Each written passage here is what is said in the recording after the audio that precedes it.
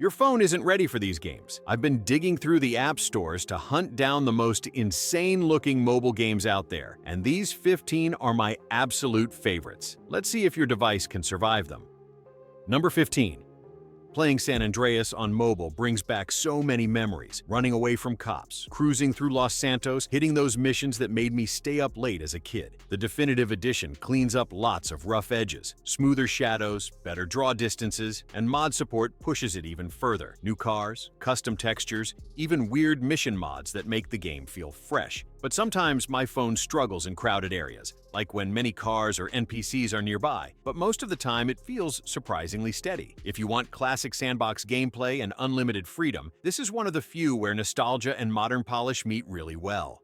Before we continue, I would like to mention sponsor of this video. Snowbreak Containment Zone just rolled out its biggest update, and honestly, it feels like the perfect time to jump in. This is a 3D anime waifu shooter RPG where you can mow down enemies in a shooting spree and then retreat to your base to enjoy your time with beautiful girls, build bonds, and have intimate interaction that blows your mind. The swimsuit update is huge. It adds daring new outfits, with Fenny, Vidya, Narita, and more all getting fresh summer looks. There's also a special interactable scene of Fenny, which is the most exciting interaction part in the game, where you can trigger unexpected interactions when Fenny's taking a shower. There is also a whole new beach area called Breezeheart Bay, with a mini-game that could throw ice creams to the girl's body. And there are more dorm features. You can soak in hot springs and play water gun, or give a massage to the girls, or hang out in the bar. For a limited time, there's also a free AR encounter. You point your phone and see Narita or Vidya appear in your own space in their summer outfits. Combat stays easy to pick up, but feels more exciting than before. You shoot enemies, pull off flashy skills, and even try aerial combat in the new event stages. One thing I really appreciate is how friendly it is to free players, and there's no FOMO. You can earn daily resources to level up characters, pull limited SSR with a 100% chance of the featured one, and from now on, every update gives one limited SSR for free. Daily tasks only take a minute, so you never feel stuck grinding. Right now is easily the best time to start. New players get up to 120 free pulls, 3 free outfits, and 3 free SSR characters,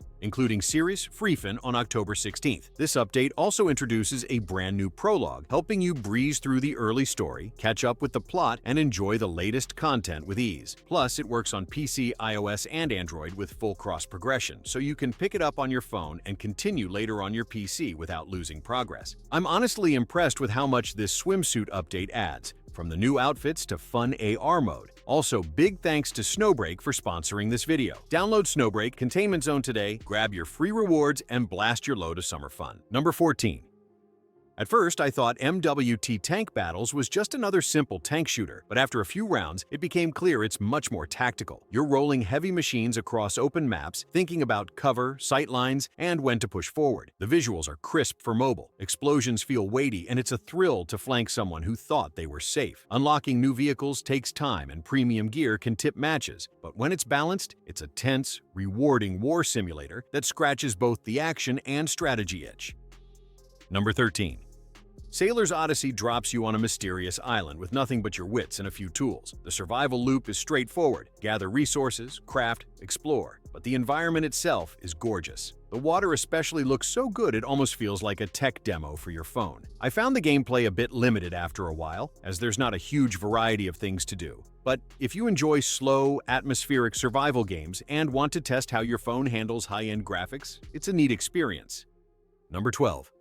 I've played a lot of mobile truck sims, but Truck Sim Big Rigs stands out because of how alive its world feels. Cities have traffic, weather shifts, and the lighting makes long drives at dusk look great. It's not just about hauling cargo. There's a sense of scale and freedom that makes each trip relaxing. Controls are smooth and it's surprisingly well optimized, so even mid-range phones handle it. It's still a simulator though, so don't expect fast-paced action. It's for those who want to zone out and enjoy the road.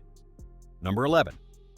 This sequel takes the flashy combat of the first bright memory and polishes it up. You get fluid swordplay, gunfights, and cinematic boss battles that feel like a console title shrunk down. I love how it lets you switch between first-person and third-person view, which keeps the fights fresh. It's a single-player story, short but intense, and it looks stunning on high settings. There are occasional frame drops on older phones, and the story is thin, but if you want a flashy action ride on mobile, this is one of the best. Number 10.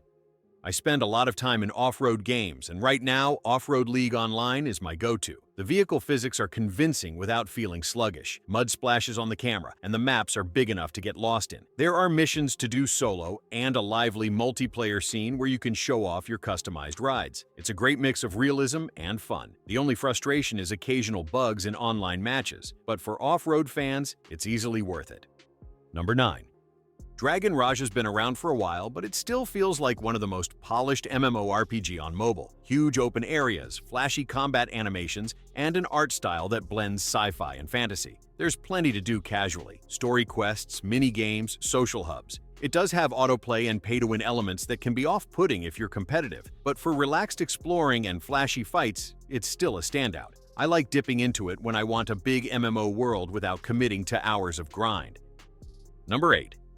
Delta Force Mobile is the Battlefield-style experience I've been waiting to see done properly on mobile. Large-scale battles, vehicles, an extraction mode, and decent gunplay that doesn't feel floaty. The war atmosphere is convincing, from sound effects to map design.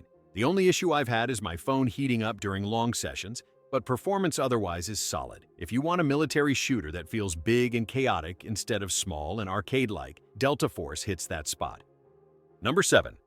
Destiny Rising surprised me in how fun it feels to just grind and explore. Upgrading gear, customizing loadouts, pushing into harder zones. It has that loop. The visuals are good but not perfect. Performance on older devices drops here and there. But combat animations are satisfying. Enemy design keeps pushing your skill, and the loot feels meaningful. If you're into looter shooters, this one delivers more than I expected on mobile.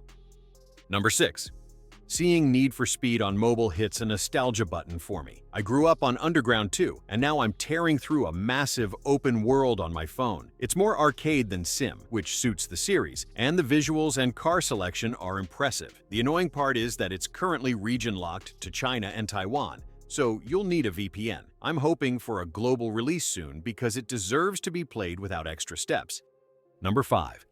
It still amazes me that Ark even runs on a phone. You're taming dinosaurs, building bases, exploring huge environments. It's the full survival experience. The depth is there: crafting, breeding, raiding. But with that scale comes heavy requirements. Even on newer phones, optimization isn't perfect, and it can chew through storage. If you can get it running smoothly, it's one of the most ambitious survival games on mobile.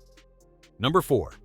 Arena Breakout is an extraction FPS. You go in, loot, fight, and get out. The tension is real, because if you die, you lose everything. The graphics and quality of life touches feel polished for mobile. It guides newcomers, but still punishes careless players. The only issue I had is that in higher-tier lobbies, the gap between gear becomes scary. But for people who love tactical shooting and want a mobile gateway into that extraction genre, this is one to try.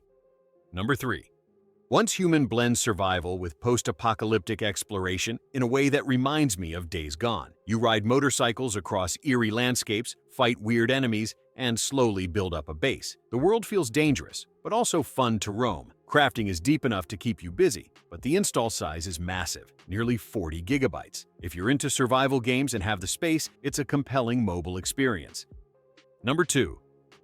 Free City's biggest win is its urban open-world design. The updated visuals make it feel alive. I enjoy side missions, driving, exploring, seeing random players in the city. The catch is that it's only officially available in the Philippines and Argentina right now, so you need a VPN to play. Also, servers are sometimes laggy, but once you're in, it's one of the best open-world freedom games you can play on your phone. Worth it if you don't mind regional limitations.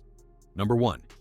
Grid Legends on mobile doesn't just feel like a good racing game. It honestly feels like someone managed to squeeze a console experience straight into your phone. The first thing that hits you is how good it looks. It's not just pretty visuals either. The handling has that weighty, responsive feel you usually only get on PC or console. It is a premium game, so yeah, it costs more than your average free-to-play racer. But for me, it's worth it because you're actually getting a full package. The only downside is that after spending time with Grid Legends, it's tough to go back to other mobile racing games because most of them just don't stack up. If you want the closest thing to console-quality racing in your pocket, this is it.